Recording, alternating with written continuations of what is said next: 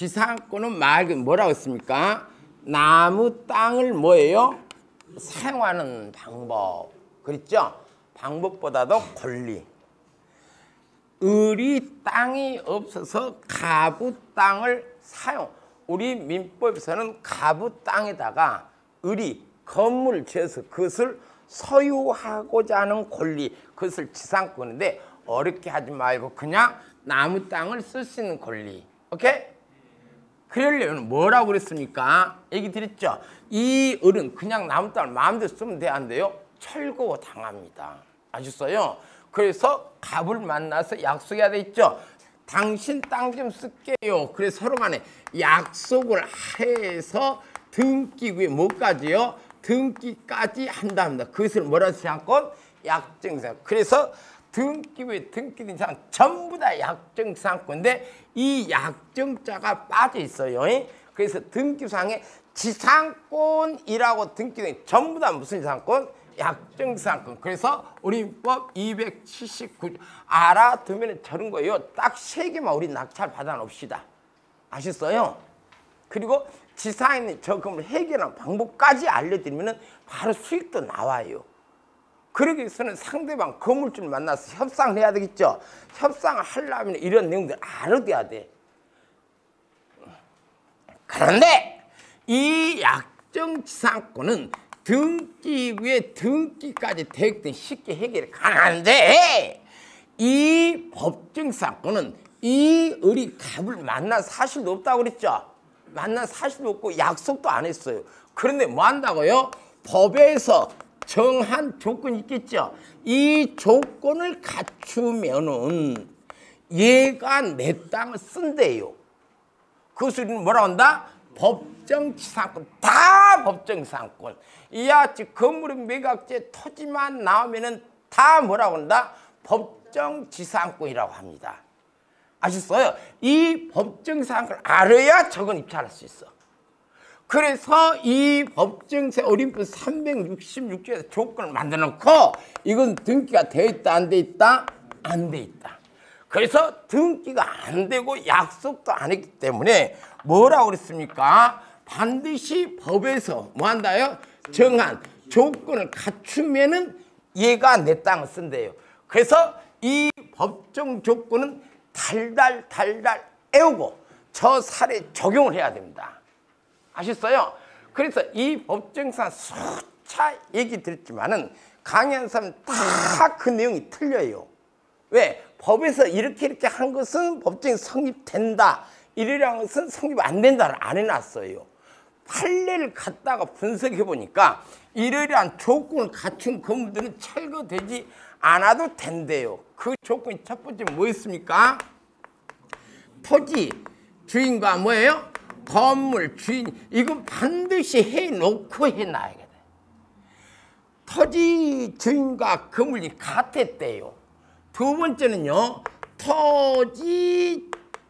토지에다가 뭐예요? 제일 중요한 근저당입니다. 근저당을 설정 당시에 지상에는요. 건물이 뭐예요? 있어야 된다면 좀 어렵지만 어쩔 수 없어요. 사료로 만들어 드릴게요. 그 다음 세 번째는요. 토지 주인과 건물 주인이 뭐한다? 달라질 것. 그래서 이것을 그 내용들을 해드릴게요. 잘 보십시오. 자, 그래서 바로 이제 이어서 갑니다. 그 성립된 경우는 어떻게 해결하고 성립할 때는 어떻게 해결하고. 그래서 저런 것을 낙찰을 받게 되면 지상에 건물이 그때 많이 떨어져요. 그럼 나는 이것은 노후용으로 또는 그냥 투자로 놔둬도 되고 나는 지금 저기에 7억 7천짜리가 2천까지 떨어져서 1,000만 원 벌는다. 그럼 지금 해결하고 해결은 이렇게 하면 됩니다. 아셨어요? 자, 이건 한번 이제 실제 들어가요. 자, 그러면은 이렇게 한번 해보라고 그랬죠? 갑은 자신의 땅에다가 상가 건물을 짓습니다. 땅을 가지고 있는 사람 다 자기 땅이니까 건물 창고도 짓고 상가도 건물 짓고 집도 짓겠죠. 내 땅에 내가 건물 짓는다고. 그러면 가부 땅, 가부 건물. 그죠? 그래 이 상가 건물 지은데 임대 분양이 안 돼요. 그러니까 공사비 지급을 할 수 없는 상황이 됐다고 그랬죠. 그래서 이 갑은 이 건물 짓는 공사비를 지급하기 위해서 땅만을 담보로 일단 뭐 했다고 했습니까? 대출을 받아서 공사비를 지급했는데 요즘같이 어렵다 보니까 이 상가가 아예 분양이 안 돼요. 그럼 빌려간 돈을 못 갚겠죠. 그래서 애우지 말고 이해하시라고 스토리 이렇게 만들어 드린 거예요. 그래서 농협에서는 땅만을 담보로 잡았기 때문에 빌린 돈을 갚지 않으면은 이 돈을 받기 위해서 뭐만 토지만 경매를 칠 것이다. 이런 상태에서 지상에 누구 건물이 있습니까? 가부 건물이 있는 상태에서 가부 2억짜리 땅이 경매에 나와.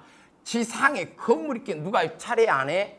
안에서 올 여름께서 이걸 1억에 받으셔서 거의 이렇게 50%가 떨어집니다.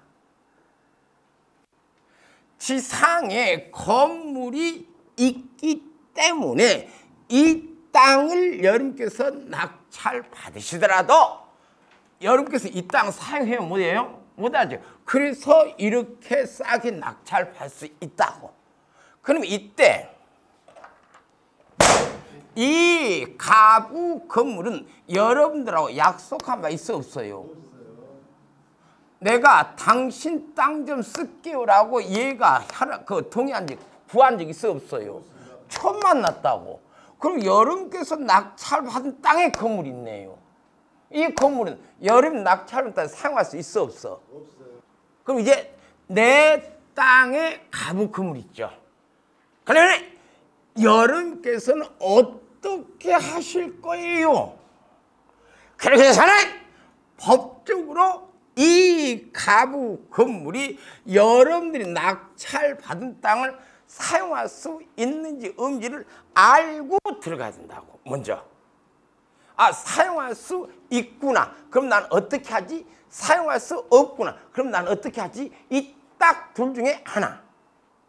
그래서는 여러분께서 낙찰받은 이 땅 위에 있는 가부 건물, 이 조건을 갖추면은 여러분 낙찰한 땅을 사용할 것이고, 이 조건이 단 하나만 갖추지 못하면은 사용 못합니다. 그래서 둘 중에 하나. 이해되시죠? 그래서 만약에 법에서 정한 저 조건을 갖추어서 이 건물이 여러분 낙찰 땅을 사용할 수 있는 경우가 있고 사용할 수 없는 경우가 있겠죠. 그래서 나는 어떻게 접근하냐는 것이란 말이에요. 내가 알고 있어야 이 사람을 만나서 협의한다고. 그래서 사용할 수 있으면은 왜 사용할 수 있어요? 내가 사용하라는 말도 안 했는데 저 법에 정한 조건을 갖췄기 때문에. 사용할 수 없대요. 왜요? 저 법에 정한 조건을 갖추지 않았기 때문에. 그러면 사용할 수 있는 것을 뭐라 한다? 법정, 저기 나오죠? 지상권이 뭐한다? 성립하니까 사용할 수 있고, 내가 내 땅을 쓰라 한 적도 없는데 법에 정한 조건을 갖췄대. 그럼 얘는 내 땅을 쓰는 것이 무려 몇 년? 그것도 30년간이나. 그럼 여러분께서는 지금 여기 대부분이 30대, 40대지만 50대 있겠죠? 50대 된 사람 30명이면 80살에 내 땅 밟아봐. 그전에 뒤진 수가 있어. 그래서 내 땅 밟아보지도 못하고 뒤지더라. 그래서 법정 상권이 성립땅 입찰은 된다 안 된다? 입찰하지 마세요라고 하는데 참 어리석기 그지없어요. 이건 이론이라고. 반면에 이 가부 땅이 가부금 내 땅 사용할 수 없대요. 왜요? 법에서 뭐합니까? 법의 법정 지상권이 뭐한대요? 성립하지 않기. 왜 성립하지 않아요? 이 조건을 갖추지 않았기 때문에 그래서 이 조건을 달달 애워서 적용을 해야 돼. 저기다가 이 되셨습니까? 그러면은 여기에서 여러분께서는 잘 들으세요. 이런 경우에는 얘가 사용할 수 있는 나는 뭐 할 수 있죠? 저 건물을 철거할 수 있죠. 그래서 입찰을 해라라고 이렇게 이분법적인 사고방식으로 문제를 해결하는 것이 가장 위험. 오히려 이 사용할 수 없기 때문에 좋은 것이 아니라 엄청나게 힘들어진 거 있고 사용할 수 있기 때문에 문제가 있는 게 아니라 무지하게 좋은 기회가 되기도 한단 말이에요. 문제는 이러한 모든 사항들이 어디라도요 그냥 이렇게 하지 말고 아셨어요? 어떻게 하고 그랬습니까? 낙찰 일단 받았죠. 그럼 여기에 투자용이라고 그냥 놔두고 아니야 나는 수익을 낼 거야. 그러면은 방법을 찾으라고. 교과서에 나온 방법이 아니라 현실적인 방법을. 그 첫 번째가 뭐라고 그랬습니까? 갑을 만나라고 그랬죠. 갑을 만나서 뭐 한다? 낙찰받은 토지를 뭐 한다고 했습니까? 토지를 파세요. 아시죠? 가장 간단한 방법 아닙니까? 1억짜리를 받아 얘한테 팔라고 1억 5천에. 그럼 1억 투자해서 5천 보내. 저기도 3천에 낙찰을 받아서 건물집 만나가지고 5천 팔고 나오라고 지향아. 그래야 또 다른 건 또 하지. 아셨어요?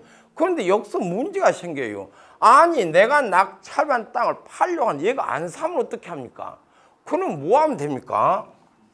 건물을 사면 되잖아. 뭐라고 해서 이것이 우리가 달성하고자 하는 뭐예요? 목적이에요. 그죠? 그래야만이 여기 있는 1억 건물도 언뜻 보에 1억짜리래. 그럼 이것을 얼마예요? 5천에 사면 되네. 그럼 총 3억짜리 부동산 얼마에 샀네? 1억 5천. 그래서 반가게 산다는 말이 여기서 나오는 거. 자, 근데 여기 문제가 또 생겼네요.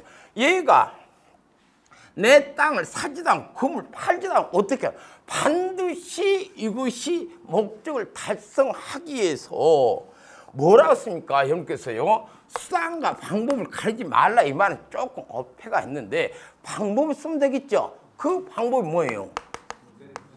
건물을 철거하겠습니다 라고 하라고. 법정이 성립이고 나발이고 떠나서요. 너무 이것을 이론적으로 접근하려고 하면 안 돼요. 아셨습니까? 지금 이것은 뭡니까? 수단. 여러분께서 달성한 목적. 방법을 이 건물주가 먹혀 들어가는 방법을 쓰라고. 우리나라 사람들은 그렇지 않습니까? 나무 땅에, 잘 들어요. 나무 땅에 내 건물이, 내가 나무 땅에 건물 지었고 내 땅이면 내 건물 문제가 없는데 나무 땅에 건물 있으면 상대적으로 불안해 안 불안해? 불안해요. 미안하고. 그래 안 그래요? 그렇기 때문에 저 법정상을 배웠다 해서 법정상이 성립되는 어쩌네 씨부렁대지 말고 그냥 무조건 뭐 하라고요? 수익을 내려면은 이 조건을 갖다 붙여서 토지를 판다는데 안 팔고 안 사고 건물을 사려고 하는데 안 팔면은 무조건 뭐 하라고? 건물 때려 부수겠습니다 그러라고. 그럼 살까 안 살까? 아 산다. 그리고 빠져나오라니까. 아닌데요. 법정지상권이 성립하면 건물 철거할 수 없는데요. 아 그건 놔두고 일단 이 방법 써먹으라고요. 아셨습니까? 아니요 나는 법정 성립돼. 그러면 뭐하라고? 치료달라고. 그게 제일 그럴 때는 뭐해라? 그러면 치료 주세요. 법정이 성립할 때는 치료 주세요. 법정이 성립하지 않을 때는 그럼 때려서 쉽지 않을 때는 손해배상 청구를 하면 된다고. 근데 이러한 것들은 다들 뭐예요? 소송 재판 있잖아요. 재판까지 가지 말라고 이거 하는 거라고. 내가 투자했던 돈을 가장 빨리 투자 금액 대비해서 새끼 쳐서 걷어들인 것이 가장 투자 기본 원칙. 그죠? 뭐 하려고 재판합니까? 건물 철거 재판 한번 해볼까요? 한번 해봅시다. 법정이 성립할 때는 마지막 방법이 뭐? 건물 철거. 법정이 성립될 때는 지료 청구죠? 지료 청구하고 한번 해봅시다. 원리 원칙대로. 한번 해볼까? 이게 가장 확실한 방법. 그래서 법정사건에서는 여러분께서 다양한 기술을 적용할 줄 알아야 돼. 제일 이것이 상수. 이것이 뭐예요? 하수. 근데 대부분 법정사건 배우면 성립되지 않으면 철거, 성립되면 지로. 왜 이 방법? 이 둘은 다 뭐예요? 소송이라고. 소송. 한번 소송해봐. 건물 철거 소송 한번 해볼까요? 아이고, 한번 피똥 싸는 일을 당해봐야 정신 차리지. 그래서 이걸 이용해서 이것을 하나 뭐라고요? 방법이라고 아셨어요? 방법. 이 방법이 통하지 않으면 성립됐으면 그래요. 그럼 지로 내놓으세요. 철거가 힘들어. 그러면 손해배상 청구하랍니다. 그런데 이 둘 다 뭡니까? 요건 언제나 지로는 뭐한다? 법정지상권이 성립할 때 지로 청구. 법정사 성립하지 않을 때는 철거하기가 힘들어. 그럼 뭐? 손해배상. 아셨어요? 이렇게. 됐습니까? 이것이 기본 틀 하에. 이제 성립됐을 때 지로 청구하는 방법, 그리고 성립되지 않았을 때 건물 철거하는 방법, 이거 이제 남았죠? 이걸 알아둬야 이 방법 쓰니까. 그래서 내가 사항에 맞고 건물 철거보다는 이게 낫긴. 그래서 어떤 방법을 사용하십시오라는 게 없어. 왜? 사람 다 사정이 틀리기 때문에. 아셨어요? 아니야, 나는 건물 철거할게 하는 사람. 아니야, 그냥 난 놔둘 거야 하는 사람. 아니야, 지금 나는 이걸 투자하는 금액 대비 빨리 해서 1억 투자해서 어느 정도 수익을 붙여서 이걸 회수할 거야. 투자 기본 원칙, 그죠? 이런 게 방법이 다 틀려. 그러니까 하나 방법, 즉 지로 청구한다, 건물 철거한다라는 접근하지 말라는 얘기. 이같이 통원 가능한 방법을 싹 써먹으라는 얘기. 이해되시죠? 네.